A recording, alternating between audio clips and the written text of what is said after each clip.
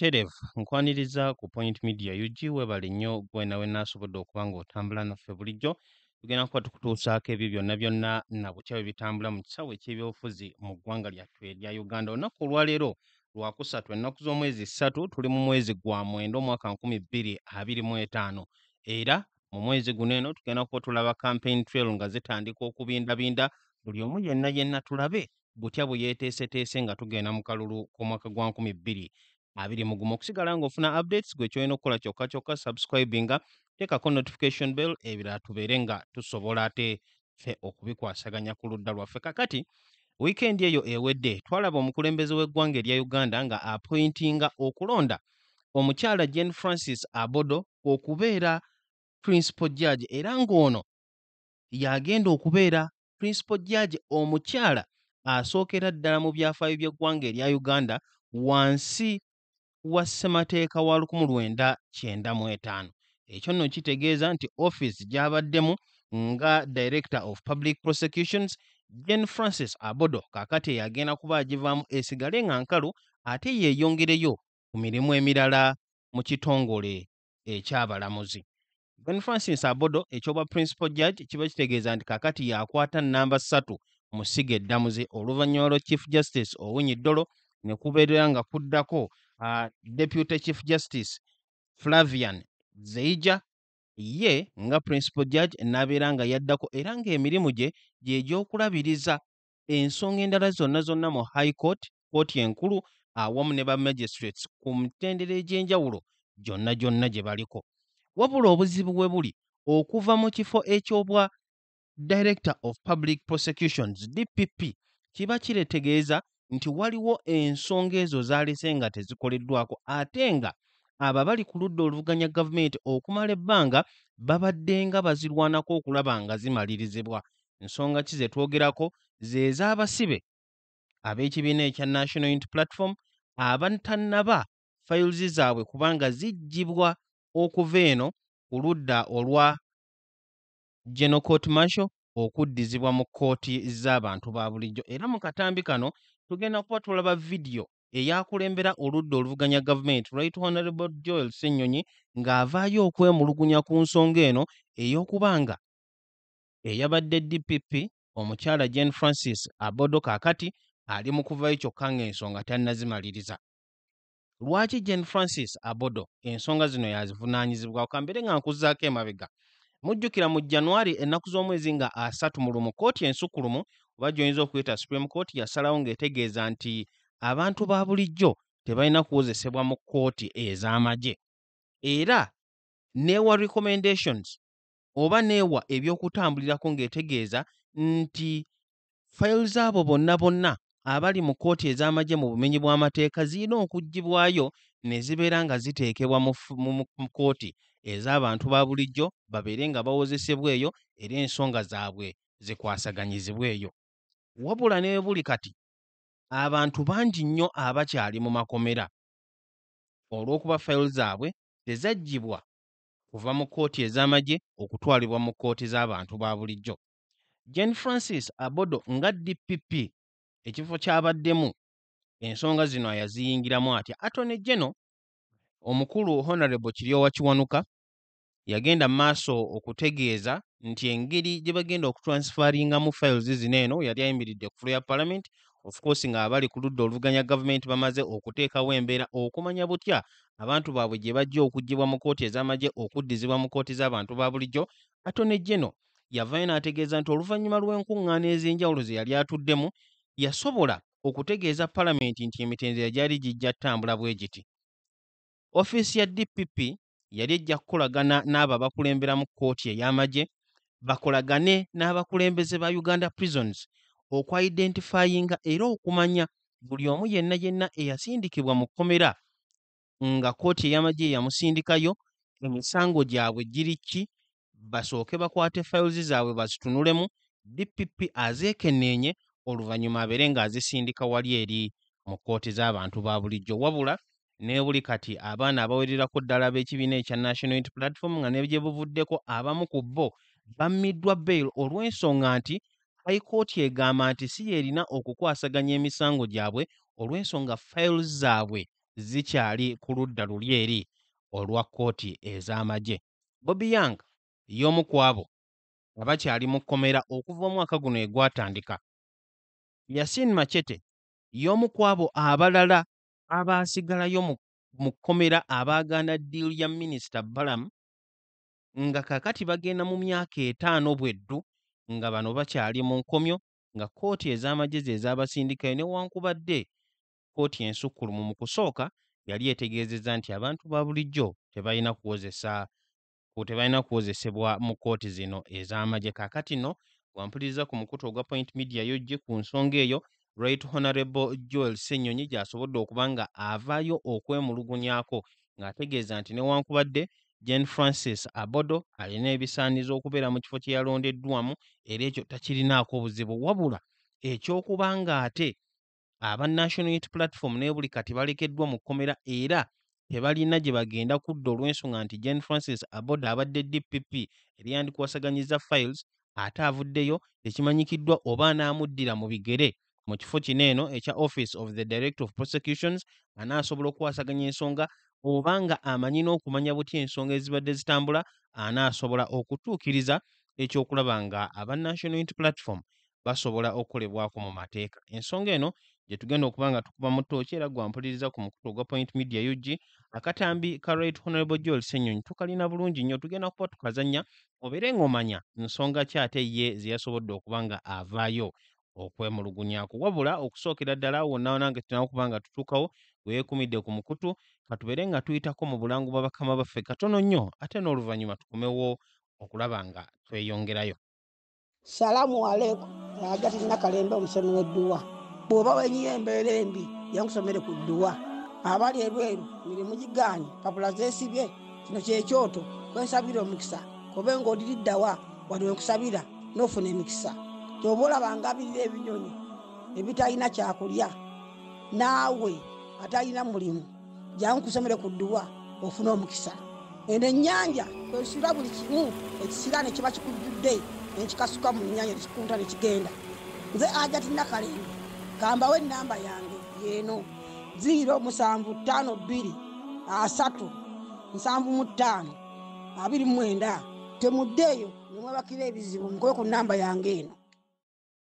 Mu kiseera kyekimu gwakyekuumidde ku mukutu nnyongera okujjukiza n'aba Fleming Streams bano nga ba Software Developing Company ojja kubasanga ku nnamba eri 07-64-450. Bakola ku nsonga zonna ezikwatagana oba ezeekuusa ku software developing awamu ne software systems era nga email yaabwe eri flemingstreams@gmail.com. Baweerezeeko obubaka obategeeze ki ky'oyagala butya bw'okyagala bajja kuba bakolako mu nkola ey'ekikugu bakutuuseeko services ezitokalina omutindo ate ku bbeeyi eyo esaanidde era ejja mu nsawo yo. Ezimu ku projects ze bakwasaganya aba Fleming Streams kuliko web awamu ne mobile applications gwe yeetaaza modern websites, real-time systems oba customized dashboards, byonna bajja kuba babikolerako ddala bulungi nnyo nnyini ddala.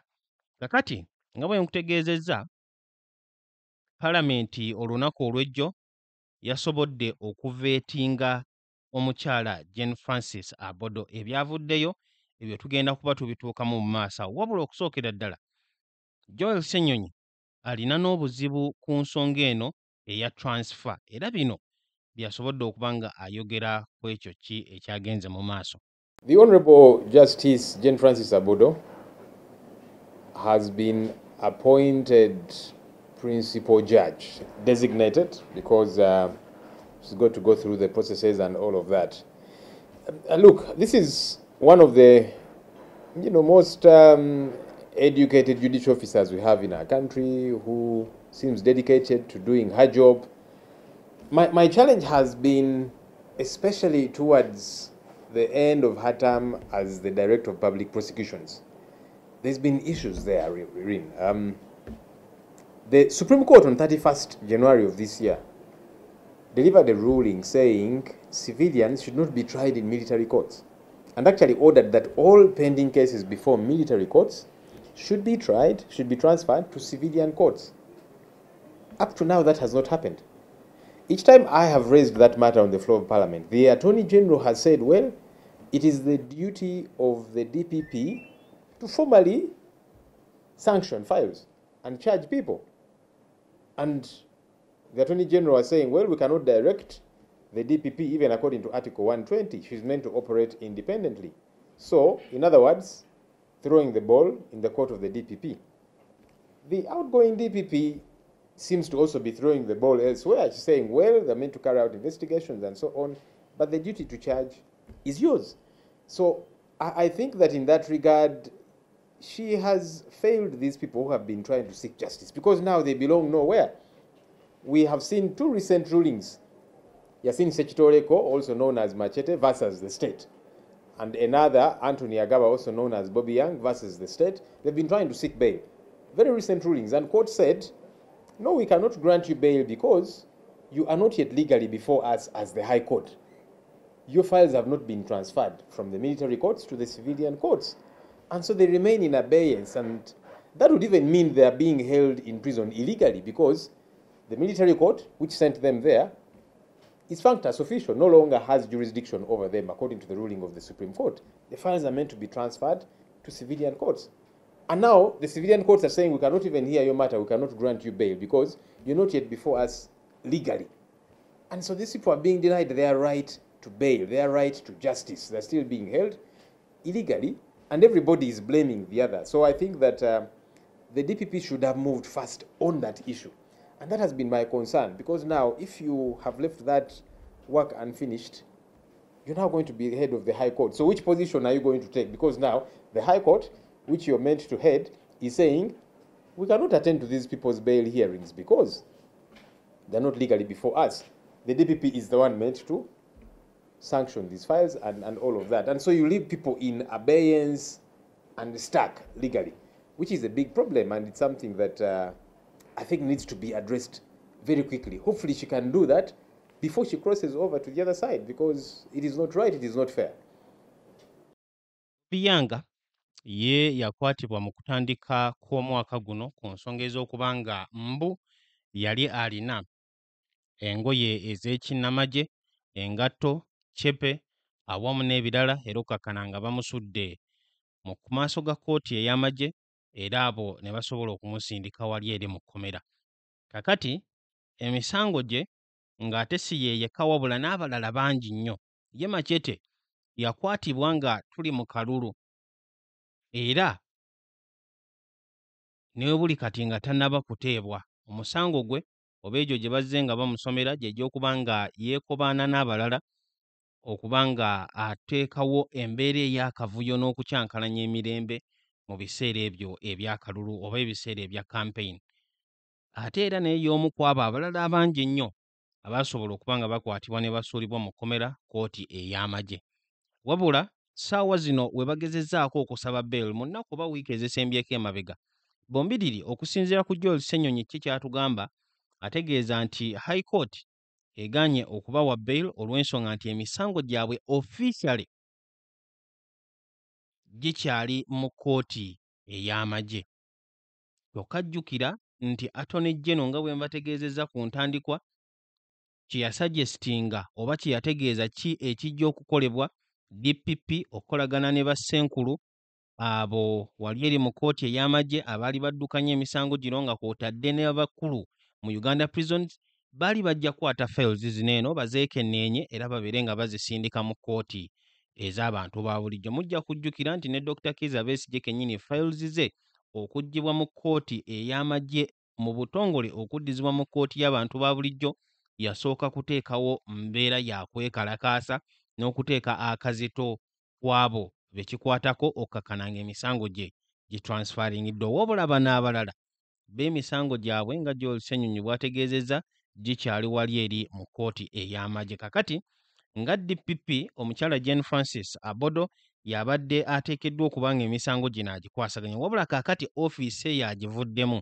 era Joel Ssenyonyi agamba nti awo okweraliikirira kwabwe we kuli nga bo abali ku ludda oluvuganya gavumenti, nti DPP anadda mu ofiisi eno ensonga zino anaasobola okuzikwasaganya okusinga Jane Francis Abodo. Ye abaffe lwaki ye omukyala Jane Francis Abodo kakati agenda okufuuka principal judge, ensonga zino teyazikolako mu bwangu okutransfaringa files okuzijja mu kkooti ey'amagye okuba nga ate aziteeka sayidi eri mu kkooti ez'abantu ba bulijjo. Ensonga eyo Right Honorable Joel Ssenyonyi gy'asobodde okuba nga ayiisaawo. Kakati olunaku olw'ejjo omukyala ono yagenze wali eri ku Palamenti okulaba nga aveetingibwa oluvannyuma lwa appointment ya General Yoweri Kaguta Museveni nga yatutegeeza mu bbaluwa ye okusinziira ku ssemateeka nga bw'amulambika, ate era ategeeza n'okutegeeza nti yasooka kwebuuza ku Judicial Service Commission y'appointinga Lady Justice Jane Francis Abodo. Wabula kaakati olunaku olw'ejjo omukyala ono yagenze mu Palamenti era akakiiko akayitibwa Parliamentary Appointments Committee ne kamuveetinga okusinziira ku bubaka bwe tufunyeeko essaawa ng'emu emabega. Butulaga nti Palamenti akakiiko kano kasobodde okumuveetinga era bwe katyo ne kamuyisaawo, ekitegeeza nti mu butongole agenda kuba ava ku kifo eky'obwa Director of Public Prosecutions DPP abeere nga agenda okubeera Principal Judge. Abantu ab'enjawulo basobodde okuba nga bavaayo okumuyozaayoza nga kwe kwabadde n'omubaka amanyikiddwako nga Asumani Baswalirwa owa Bugiri Municipality yavuddeyo n'ategeeza nti the Principal Judge is the administrative head of the High Court and supervises all judges and officers below.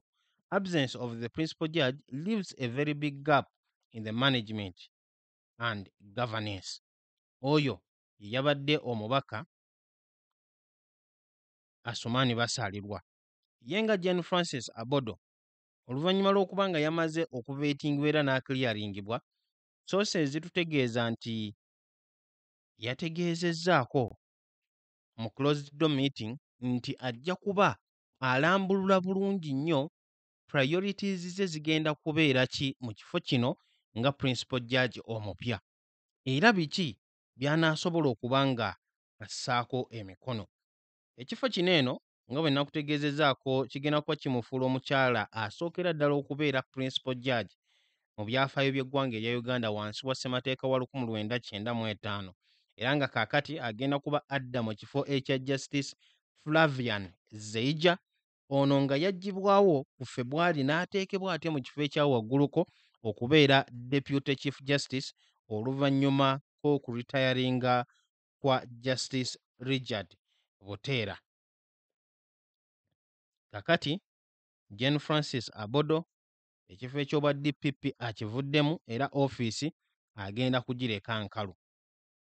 Ekyo kye kisobodde okuba nga kijjayo Right Honorable Joel Ssenyonyi okukaayana era okutegeeza nti ensonga tezigenda kutambula bulungi. Wabula ye Jane Francis Abodo mu kwogera kwe agamba nti I have been vetted but I can only speak about my plans after the appointment committee has cleared my appointment in writing.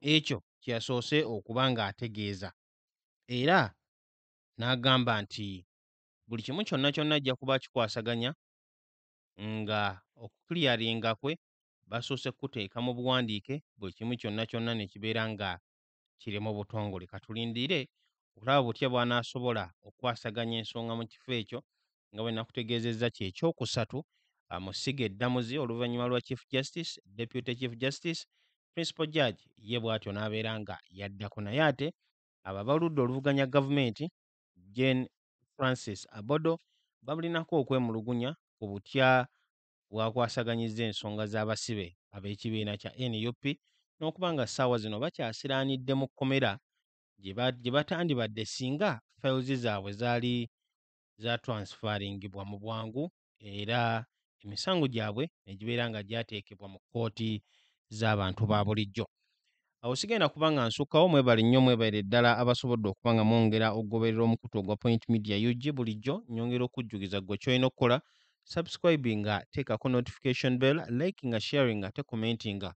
Ebirala ffe bitulekere tukutuuseeko obubaka obwesigika, amawulire ameekosefu ate nga geesigika era nga gakola amakulu eri ggwe Munnayuganda, naddala mu kiseera kino nga buli omu yenna yenna ali mu kweteekerateekera akalulu k'omwaka gwa 2026. Kambagalize olunaku olulungi, mwebale nnyo kwekumira ku mukutu era mweraba.